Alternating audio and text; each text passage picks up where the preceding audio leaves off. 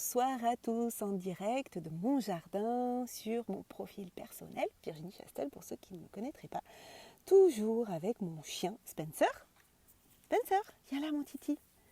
Qui, encore une fois, se précipite pour me suivre quand je prends ma chaise longue pour m'installer dans mon jardin. Alors, de quoi j'ai envie de vous parler aujourd'hui? Aujourd'hui, on est dimanche, donc. On est dimanche 17 juillet pour ceux qui verront en replay. Et puis pour ceux qui verront sur ma chaîne YouTube, vous pouvez suivre aussi mon défi sur ma chaîne YouTube.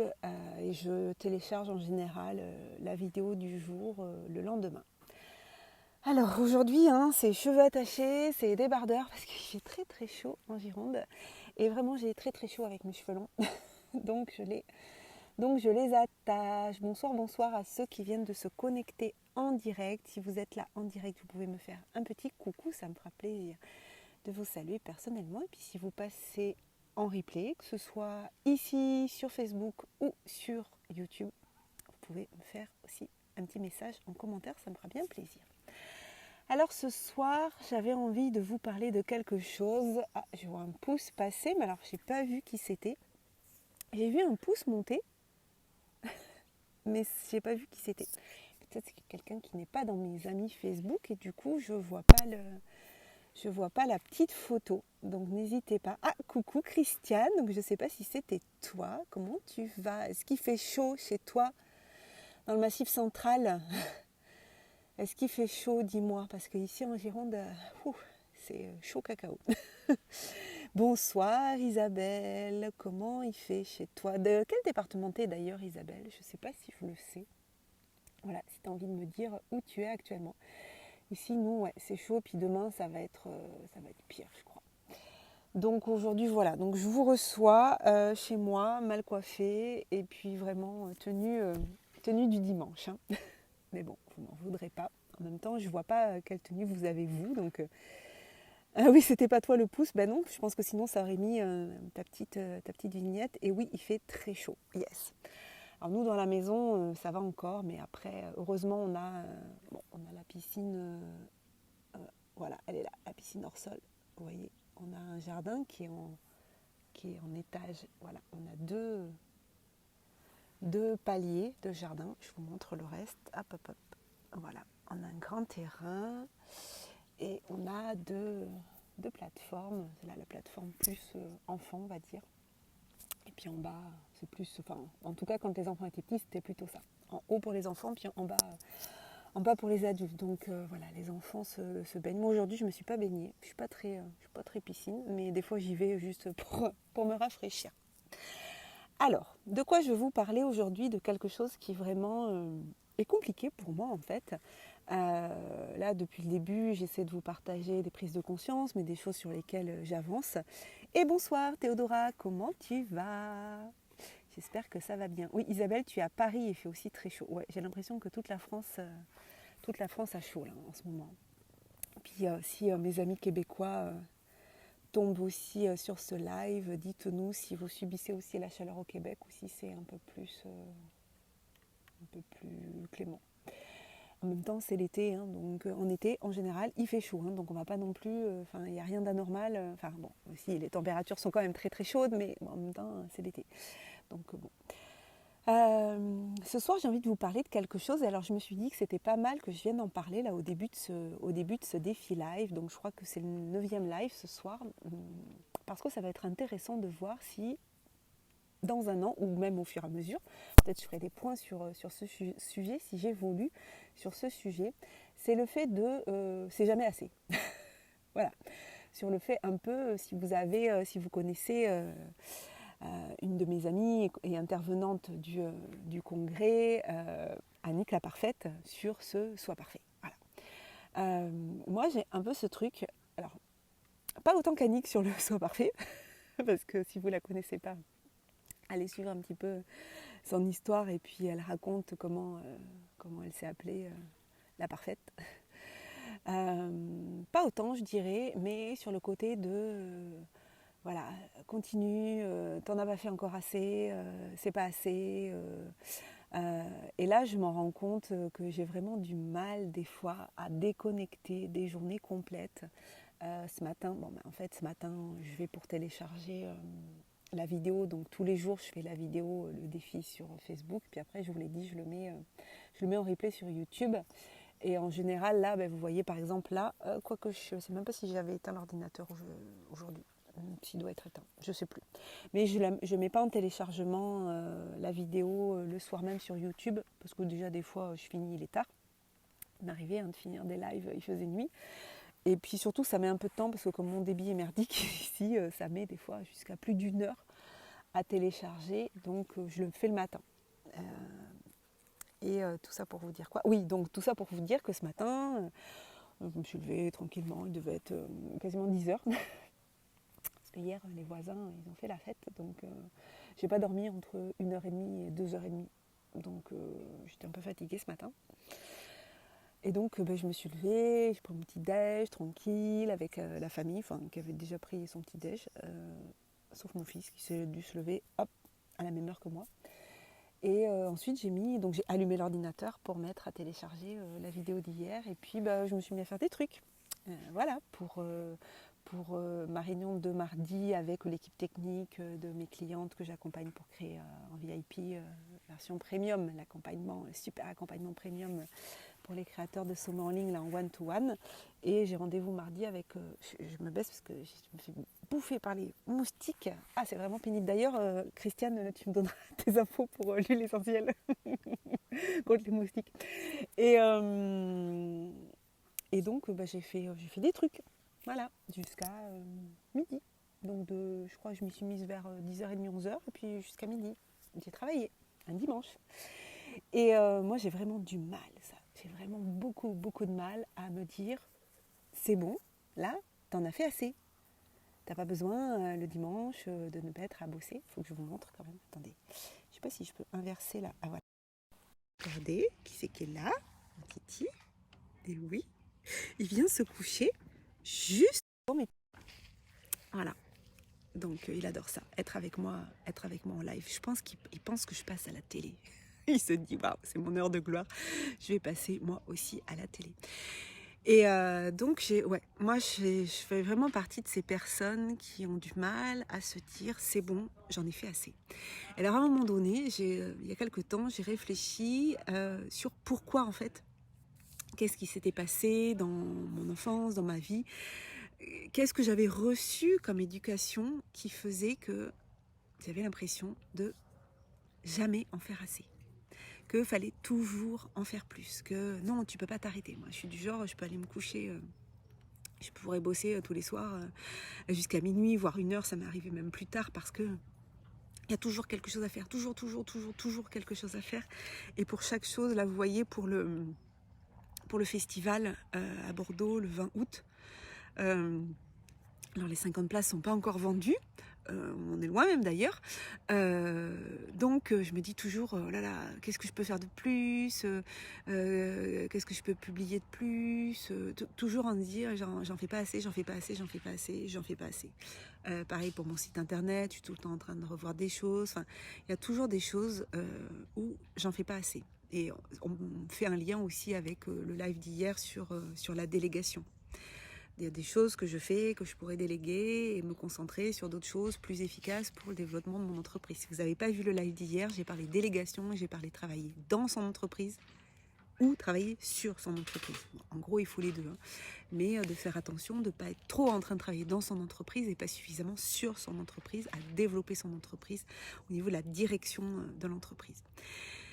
Et donc, déjà, j'aimerais bien savoir parmi vous s'il y en a aussi qui sont dans ce driver, un peu de se dire qu'on n'en fait jamais assez.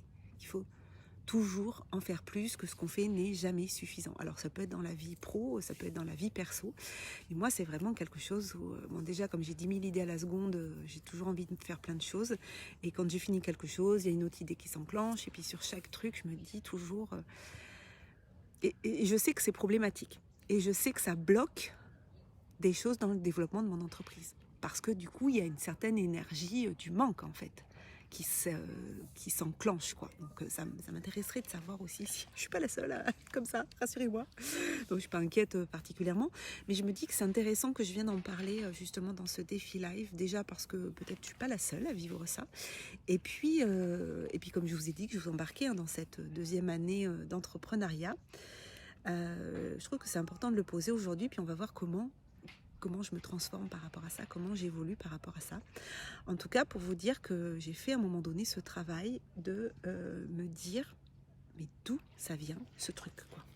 D'où ça vient ce truc, parce que c'est pas du perfectionnisme. Je crois que j'en ai parlé hier, dans le sens où je suis complètement capable de faire des choses complètement imparfaites, ça me dérange pas du tout, et ça me dérange pas non plus, comme disait Martin, ça me dérange pas d'être vue en train de démarrer petite. Ça, c'est pas quelque chose qui me bloque. Oui, Isabelle, tu dis, oh oui, un ami m'a conseillé de me poser à ne rien faire, mais j'ai beaucoup de mal. Oh, c'est quelque chose qui est impossible pour moi, mais j'y arrive pas du tout. Me poser et ne rien faire, oh my god, c'est un supplice. Alors après aussi, moi je suis en profil Human Design, je suis en profil générateur. Donc c'est compliqué pour un générateur de ne rien faire. Mais mon conjoint, des fois il hallucine, il me dit mais c'est pas possible en fait. Tu peux pas te poser et rien faire. Il faut que tu sois en train d'écouter un podcast, de lire un bouquin, de réfléchir à quelque chose, de prendre des notes, de ne rien faire, c'est pas possible pour toi, quoi.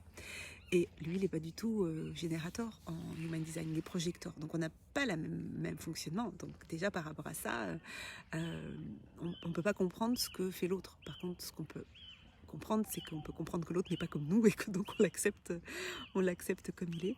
Théodora, tu dis complètement, encore un peu, toujours encore un peu.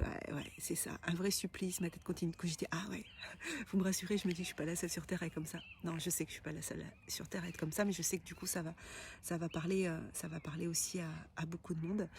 Et donc à un moment donné, j'ai fait ce travail-là aussi de me dire mais d'où ça vient? Parce que moi, j'ai été éduquée d'une manière, je ne sais pas comment je pourrais qualifier ça, mais assez dans le combat, en fait. Voilà.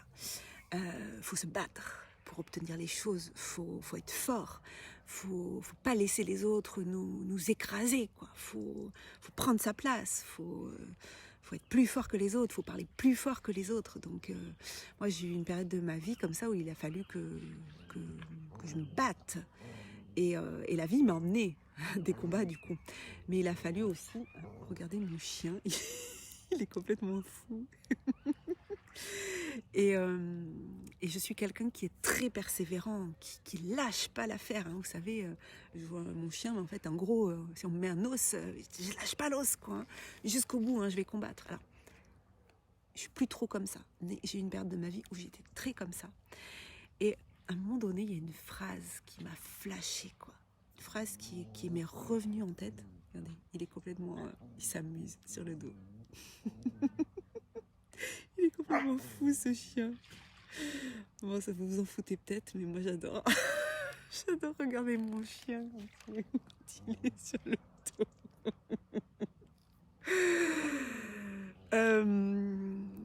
Cette phrase qui m'est revenue en tête, qui vient de mon père, qui m'avait dit, ça m'avait beaucoup marqué, tant que tu n'as pas tout fait, tu n'as rien fait. Je vais vous la répéter. Tant que tu n'as pas tout fait, tu n'as rien fait. Je vais expliciter un peu ce qu'il voulait dire par là. Quand on veut quelque chose, on met en place des stratégies, on se met en mode solution pour obtenir ou faire quelque chose.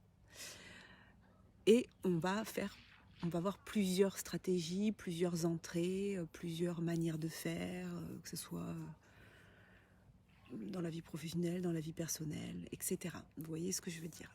Et on va mettre en place, on va faire des essais pour obtenir ce qu'on veut. Et lui, ce qu'il voulait dire par là, c'est que, en gros, tant que tu n'as pas réussi, c'est qu'il y a toujours une autre façon de faire pour réussir. Donc, en gros, tant que tu n'as pas tout fait, tu n'as rien fait. Oui, en replay, Christiane, pas de souci. Oui, ok, ça marche pour ton message. Donc, ce qu'il me disait, voilà, c'est tant que tu n'as pas tout fait, tu n'as rien fait. C'est-à-dire qu'en gros, si tu t'arrêtes dans ton cheminement pour obtenir quelque chose, si tu t'arrêtes en cours de route, et que donc tu n'as pas tout fait, c'est comme si tu n'avais rien fait. Alors, ça aide à ne pas abandonner, on est bien d'accord. Ça aide à persévérer, on est bien d'accord. Ça aide à avoir un mindset de gagnant, qui veut aller au bout de ses rêves, qui veut aller faire des choses. On est OK.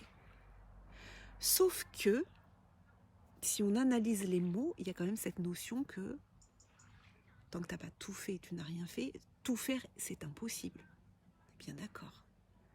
Donc en gros, là, on est dans une recherche de l'inaccessible. Et donc ça génère des frustrations aussi derrière.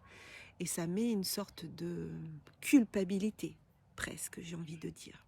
Alors, qui n'était certainement pas consciente chez lui, qui n'était certainement pas pour me faire du mal, ou qui était plutôt dans une... Mon père est quelqu'un qui a une vie très très dure et qui s'il s'en est sorti dans la vie, c'est aussi parce qu'il avait Alors il n'est pas décédé, quand je dis il avait, il l'a toujours, je suppose. Spencer, petit coquin. J'imagine que de son histoire, c'était ce qui lui avait permis en fait d'être encore en vie. Mais je trouve que si on analyse un petit peu derrière ce que ça veut dire, c'est que ça transmet quand même quelque chose de... T'en feras jamais assez en fait. Il faudra toujours que t'en fasses plus. Tant que tu n'auras pas fait l'inaccessible, tant que tu n'auras pas fait l'impossible, en fait, c'est comme si tu n'avais rien fait.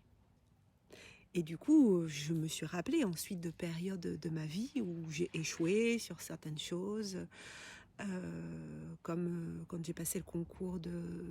Donc moi, j'étais professeure des écoles, mais je passais au départ le concours de professeur de collège-lycée en SVT, sciences de la vie et de la terre. J'ai mis 3 fois à voir, et la 3e fois, quand je l'ai eu, j'ai eu en même temps le concours de professeur des écoles. Et du coup, j'ai choisi d'être professeur des écoles. Mais je me rappelle des 2 premiers échecs, du discours de mon père sur, en gros, t'as rien fait, quoi. T'as pas bossé, alors que j'avais bossé comme une malade, quoi. Et c'était très violent, en fait. C'était très violent de recevoir ces réflexions-là sur le style, mais t'as rien foutu, quoi. T'as rien fait. Et vous voyez bien, en fait, ce rapport avec cette phrase, tant que t'as pas tout fait, t'as rien fait. C'est-à-dire qu'à partir du moment où je n'avais pas réussi, donc c'était que j'avais rien fait. Et je pense que ça s'est ancré en moi, en fait, si tu te plantes, ne viens pas te plaindre, c'est parce que tu n'en as pas fait suffisamment assez avant. Donc ça, c'est quelque chose contre lequel j'ai envie de dire je me bats.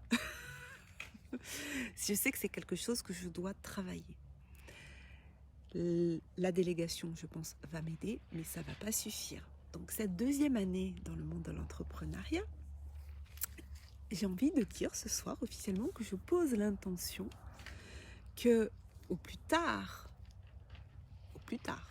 à la fin de ce défi live, je serai capable de me dire que j'ai pas besoin d'en faire autant pour arriver à ce que je veux. J'ai pas besoin de toujours en faire plus, que j'ai pas besoin de bosser, je sais même pas combien d'heures je bosse par semaine. Mais le pire, c'est que, alors on pourrait se dire oui, mais quand on est entrepreneur, c'est compliqué parce que si on bosse pas suffisamment, on va peut-être pas générer suffisamment de chiffre d'affaires, et que donc il y a quand même une notion une réalité derrière qui est qu'il faut quand même travailler suffisamment et qu'il faut en chier un peu. Vous voyez, toutes ces croyances qu'on a sur le travail et sur l'entrepreneuriat. Mais le pire, c'est que quand j'étais enseignante, donc quand je bossais en école, quel que soit le boulot que je faisais, j'avais le même salaire à la fin du mois. Donc, c'était pas la quantité de travail, ça n'avait pas un impact sur mes revenus, en fait. Que je bosse, alors quand on est professeur des écoles, c'est 24 heures de présence devant les élèves, mais après, il y a tout le temps de préparation. qui en moyenne nous amène à entre 35 et 39 heures de moyenne. C'est les études qui ont été faites, qu'un enseignant du primaire travaille en moyenne. Je crois que d'ailleurs que les études avaient été faites en moyenne 39 heures par semaine. Mais moi, j'étais à beaucoup plus que ça. J'étais à beaucoup plus que ça. Je devais peut-être entre 40 et 50 heures, voire des fois même plus.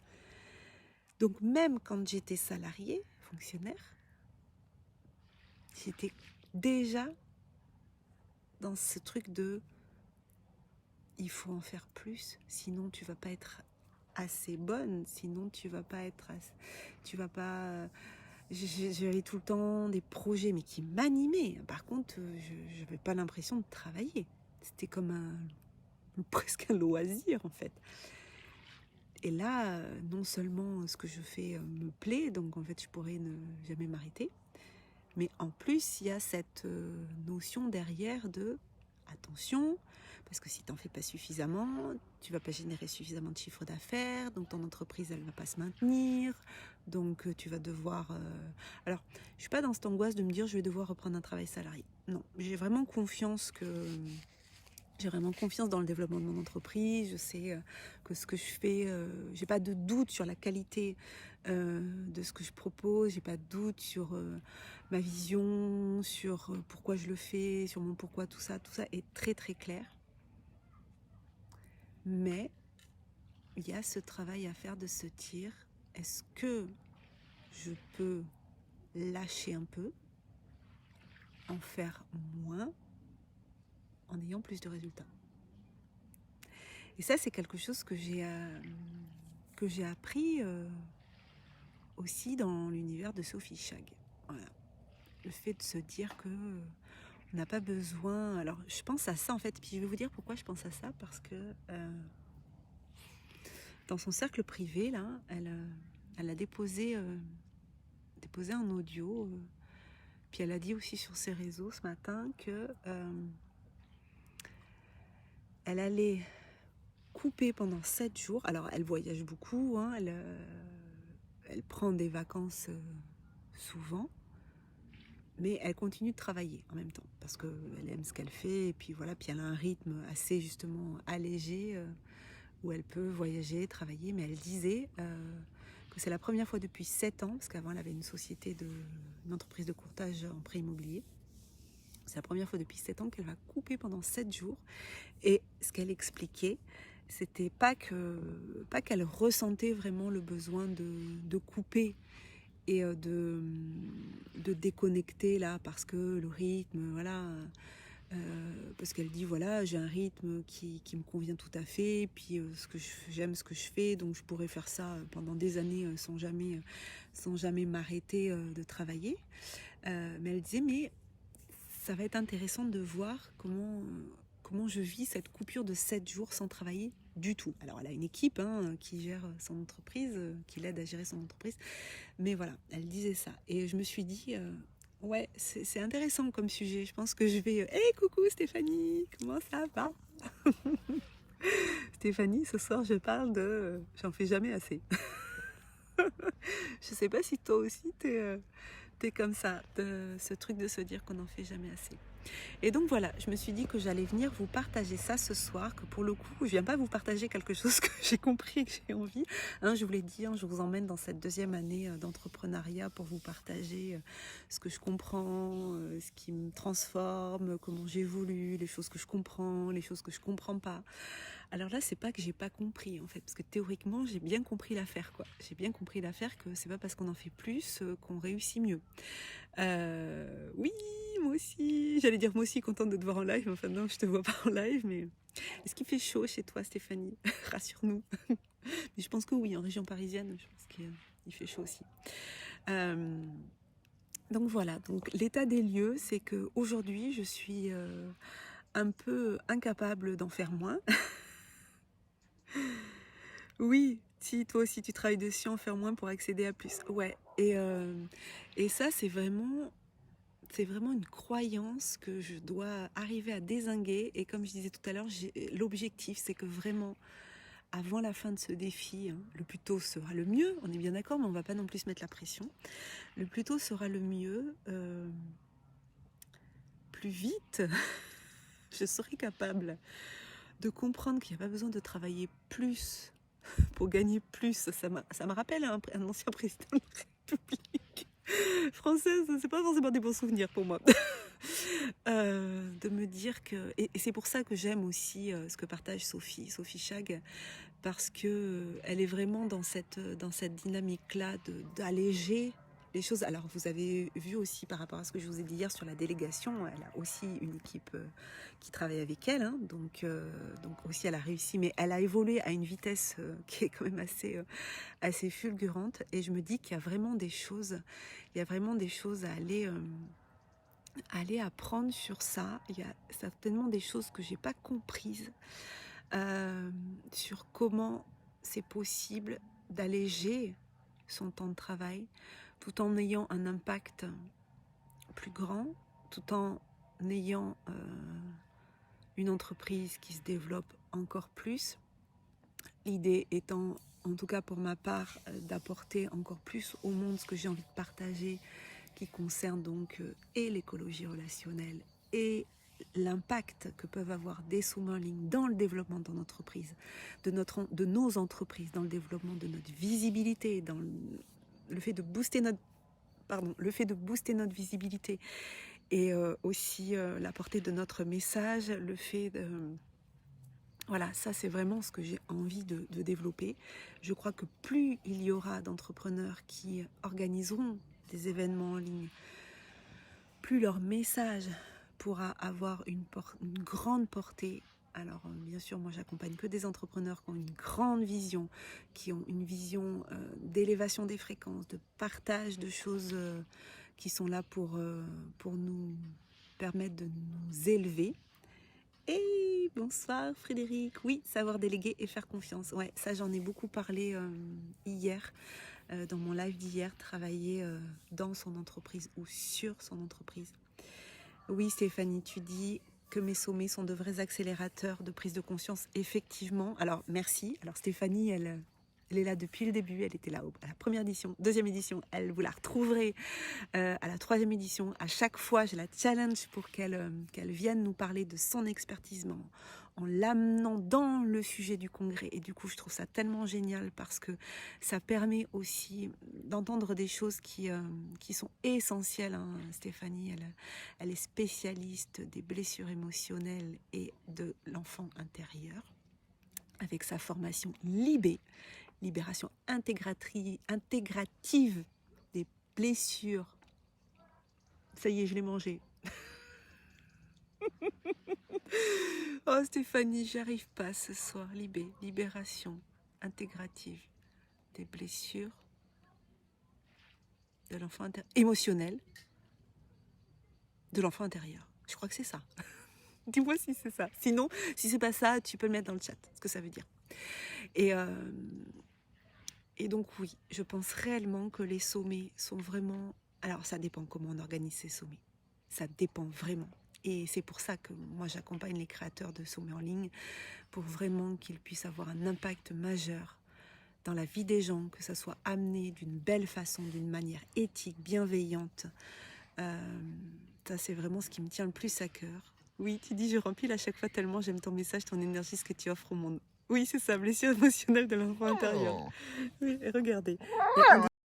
Regardez, alors lui là, il se dit, mais non, mais moi je suis pas un enfant. Eh ben oui, mais si, t'es un bébé toi. Ici. Si, c'est un bébé.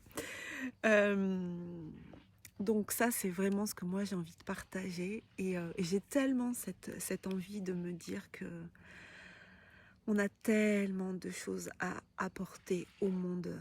Donc toutes les personnes que je croise qui font partie de mes sommets, mais toutes les personnes aussi qui créent des sommets. Mais des fois, je trouve que c'est pas toujours... Oui, il est beau, mon toutou. Des fois, je trouve que certaines personnes amènent les sommets d'une manière qui ne me correspond pas forcément, où on est plus sur côté marketing, pas trop aligné avec mes valeurs. Bon, après, il en faut pour tous les goûts, mais je trouve que vraiment, on a quelque chose à apporter à ce monde. Nous, les entrepreneurs du nouveau monde, j'ai envie de dire. Il y a des gens qui ont envie d'entendre ce qu'on a à leur dire. Il y a des gens qui en ont besoin. Il y a des gens qui vont s'éveiller aussi par les discours qu'on peut partager, par ce qu'on peut apporter au monde. Et c'est pour ça que moi, j'ai vraiment... je mets toujours un point d'honneur à faire que la préparation soit excellente, que l'environnement soit excellent, accueillant, bienveillant, qu'il y ait de la connexion réelle, même si c'est du en ligne. C'est pour ça que je n'appelle pas mes événements des événements virtuels, parce que je n'aime pas du tout ce mot de virtuel, même si je sais que on peut appeler ça des sommets virtuels. Mais moi, j'appelle ça des sommets en ligne. Voilà. Après, on peut les appeler des congrès, des rencontres, ce qu'on veut. Il n'y a pas de souci, là-dessus. Tout ça pour vous dire que j'ai du mal, voilà, à me dire que je peux en faire moins pour avoir une portée plus grande. Donc, ça sera un de mes plus gros challenges de l'année. Travailler moins pour gagner plus, pour impacter plus, pour mieux consommer, pour mieux vivre, pour faire des choses qui me permettent de consommer mieux, préserver la planète aussi. D'ailleurs, à ce sujet-là, c'est quelque chose que je dis pas forcément, parce qu'en plus, après, je me dis, mince, on va encore croire que le congrès d'écologie relationnelle, c'est pour l'écologie. Mais je fais partie du 1% for the planet, c'est-à-dire que je reverse une partie, 1% de mon chiffre d'affaires, avant déduction, hein, donc c'est pas 1% de mes bénéfices, 1% de mon chiffre d'affaires annuel pour une association qui a un impact. Alors, j'ai pas encore choisi pour quelle association j'allais faire, puisque l'année dernière, j'ai versé la première fois, mais je crois que je sais plus quand est-ce que c'est que je dois choisir après à quelle association je veux donner. Et c'est Anne Guéquier qui a le podcast Métamorphose, qui est... alors, je voudrais pas me tromper, mais je crois que c'est l'ambassadrice du 1% pour la planète France. Voilà, 1% for the Planet France, je crois que c'est elle. Et d'ailleurs, ça me fait penser qu'il y a un très beau film qui avait été tourné par Anne Sarkissian qui en parle. Voilà. Si vous ne connaissez pas Anne Sarkissian, c'est elle qui a réalisé le dernier film promotionnel de Ludovic Leroux. Une très belle personne aussi. Voilà. Je vais vous laisser là ce soir et puis je vous retrouve demain. Stéphanie, tu dis, je suis certaine que c'est possible en travaillant notre monde intérieur, nos croyances, nos scénarios intérieurs. D'ailleurs, ce changement de paradigme est en marche et de plus en plus visiblement, heureusement. Oui, et je pense qu'on va être nombreuses à se soutenir aussi dans cette démarche-là. Donc, je crois aussi que c'est important qu'on en parle et c'est important que les gens comme Sophie, qui ont réussi à le faire, en parlent et nous montrent que c'est possible en fait. Elles ont créé ces femmes-là, ces hommes-là aussi, mais en l'occurrence là, il y a beaucoup de femmes à ce sujet. Elles ont créé une ligne quantique qui nous montre qu'on n'a pas besoin de travailler 50 heures par semaine pour vivre confortablement, pour impacter le monde. Et ça, je trouve ça génial. Donc, je me mets comme objectif aussi, pas comme objectif, comme intention, voilà. Mais comme intention de pouvoir venir aussi vous partager mon évolution à ce sujet, mes difficultés aussi, quand ça va coincer, quand je vais paniquer de ne pas en avoir fait assez. Mais aussi, je viendrai vous partager mes réussites, si par moment je me rends compte que c'est peut-être aussi des fois en lâchant que ça se passe mieux. Donc voilà, en toute honnêteté et transparence, je viendrai vous partager aussi mon évolution à ce sujet. Je vous souhaite une très très belle soirée. Prenez soin de vous. Mon chien qui revient. Viens là, Titi. Viens mon pépère. Voilà. Spencer et moi, on vous dit bonsoir et à demain. Regarde la caméra, Titi. Viens là. Regarde. Dis au revoir. Allez, bisous. Bye bye tout le monde. À demain. Prenez soin de vous.